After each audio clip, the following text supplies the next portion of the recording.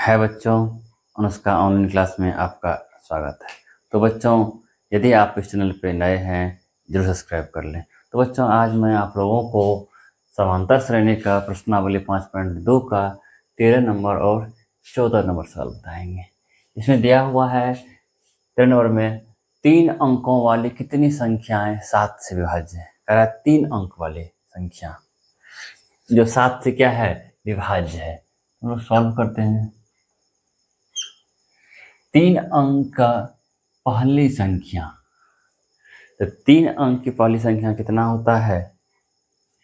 3 अंक की सबसे छोटी अंक की संख्या होता है 3 अंक की सबसे छोटी संख्या होता है कितना? 100 होता है। यदि इस 100 को हम लोग 7 से भाग देते हैं, 7 का 7, 3 आया। अब हम लोग लगाएंगे कितना नंबर में?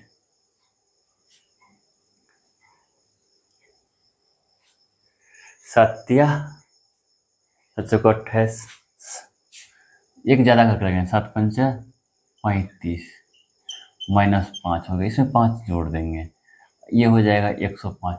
7 मतलब 3 अंक की सबसे छोटी संख्या है जो 7 से विभाज्य होगा, वो क्या होगा?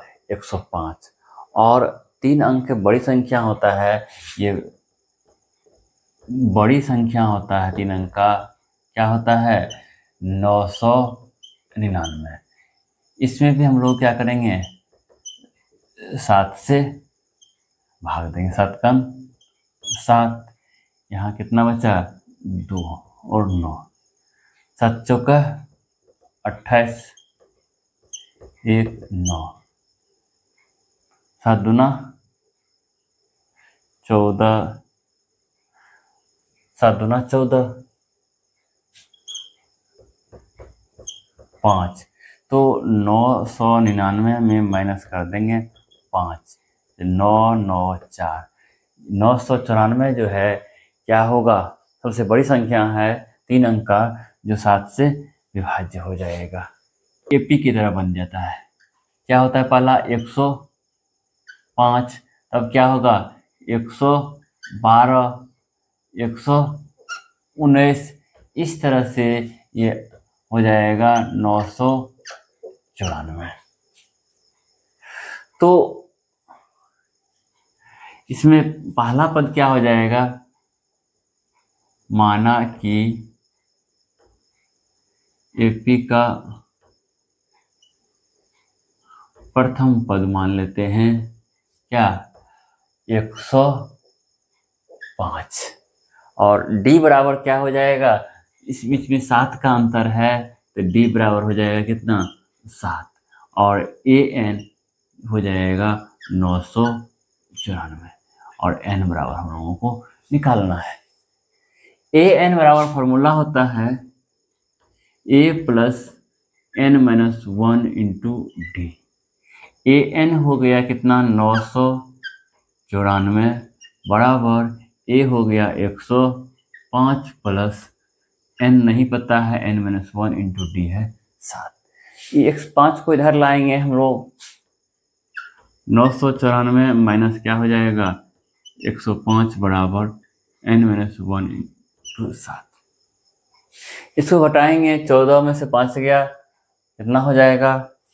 9 5 14, 9 यहाँ बचा 8, और ये 9 में से 1 गया तो 8 बराबर ये n माइनस 1 इंटू क्या हो जाएगा? 7। तो अब इस 7 को इधर लेकर भाग दे देंगे, 889 भागा क्या हो जाएगा? 7 बराबर n माइनस 1। ये 7 का 7, 1 आया, 7 दूना 14 और 7 49, क्या हो जाएगा? 127। 27, एक को इधर लाएंगे तो प्लस 1 हो जाएगा, n बराबर तो 28, n बराबर क्या हो गया 28। तो लिख देंगे हम लोग, अतः 3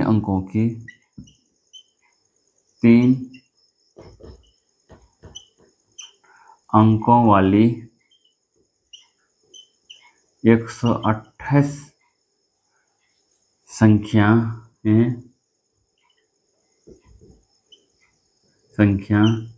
जो 7 से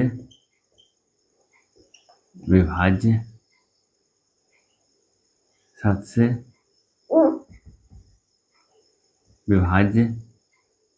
है। तो अब हम लोग अगला सवाल बनाते हैं। दिया है 14 नंबर में 10 और 250 के बीच में 4 के कितने गुणज हैं। तो सबसे पहले हम लोग 10 के बाद कौन संख्या है जो 4 से विभाज्य है, 4 का गुणज है। तो 4 गुणज की बात कर रहा है, 4 का 4, 4 दूना 8, 4 तिया 12। तो 4 का पहला गुणज जो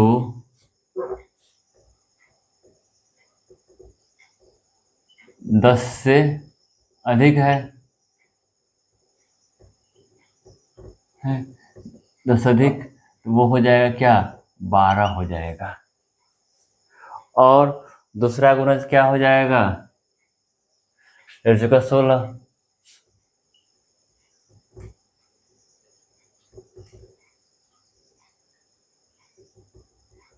दूसरा गुणज 16, तीसरा गुणज 20। इस तरह से ये आगे जाते जाएगा। अंतिम गुणज क्या होगा तो 250, 2 से ये 4 से हम लोग भाग देंगे, 4 पंचे 4 छक्का 24, 1 0, 4 दूना 8, 2 मतलब 250 में 2 घटा देंगे, ये हो गया 248। तो क्या हो जाएगा 248 हो जाएगा।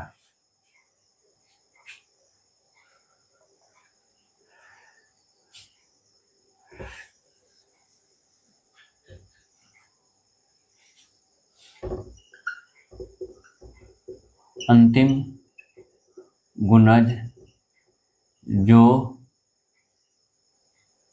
250 से कम, वो हो जाएगा 248। ये एक एपी बन रहा है। पहला हो गया 12, 16, 20 डॉट डॉट डॉट, ये हो जाएगा 248। तो हम लोग इसको प्रथम पद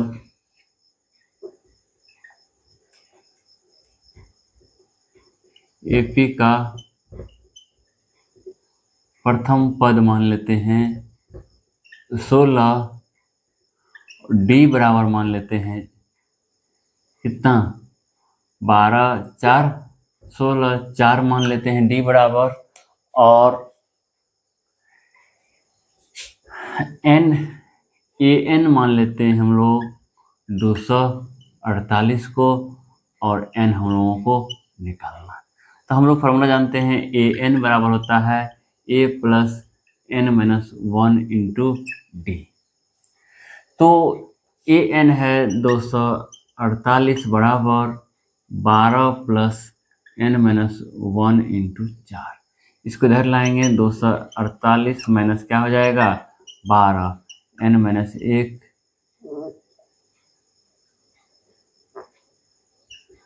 इंटू 4। ये घट जाएगा, 8 में से 2 गया तो 6, 3, 2, 236 बराबर एन माइनस 1 इंटू 4। इस 4 को इधर लाते हैं, 236 बटे क्या हो जाएगा 4 बराबर n-1।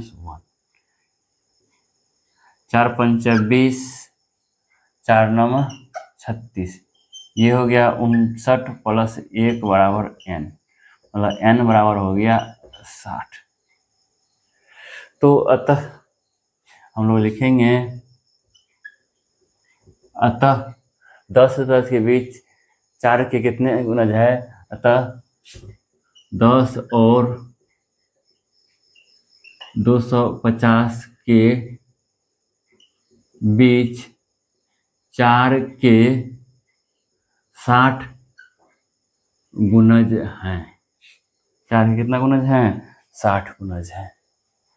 तो बच्चों कैसा लगा कमेंट के माध्यम से जरूर बताइएगा। Thank you.